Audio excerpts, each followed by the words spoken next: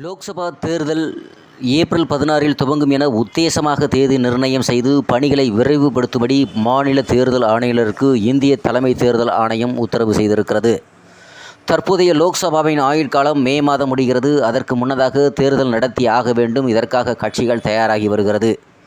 தேர்தல் கமிஷனும் அதற்கான பணிகளை பல மாதங்களுக்கு முன்பே துவங்கியது. தற்போது விரைவுபடுத்தியிருக்கிறது. கடந்த 2014 ஏப்ரல் 7 முதல் மே 12 வரை 9 கட்டங்களாக தேர்தல் நடத்தப்பட்டது. அடுத்து 2019 தேர்தல் ஏப்ரல் 11 முதல் மே 19 வரை 7 கட்டங்களாக நடத்தப்பட்டது.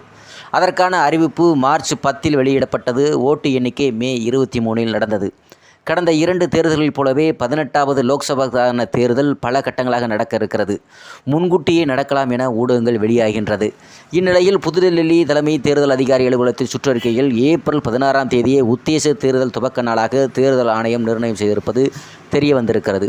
இந்த தேதியை மையமாக வைத்து தேர்தல் கமிஷன் அனுப்பியுள்ள கால அட்டவணைகளின்படி தேர்தல் தொடர்பான அனைத்து நடவடிக்கைகளையும் இறுதி செய்யும்படி சுற்றறிக்கையில் கூறப்பட்டிருக்கிறது.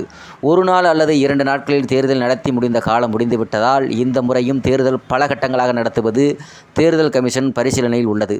எந்த மாநிலத்திற்கு என்ன தேதி என்பதை தீர்மானிக்க தொடர்ந்து ஆலோசனை நடந்து வருகிறது. உத்தேச தேதியை ஊர்ஜிதம் செய்யப்பட்டால் மார்ச் முதல் வாரம் தேர்தல் அறிவிப்பு வெளியாகும். புதுடெல்லி அதிகாரிகள் சுற்றறிக்கையில் நாடெங்கும் பரபரப்பை ஏற்படுத்தியிருக்கிறதால் சுற்றறிக்கையில் குறிப்பிட்ட வேலையை விரைவுபடுத்த நிர்ணயித்த ஒரு உத்தேச தேதி மட்டுமே என இணையதளத்தில் அவர்கள் விளக்கம் தெரிவித்திருக்கிறார்கள். நன்றி, வணக்கம்.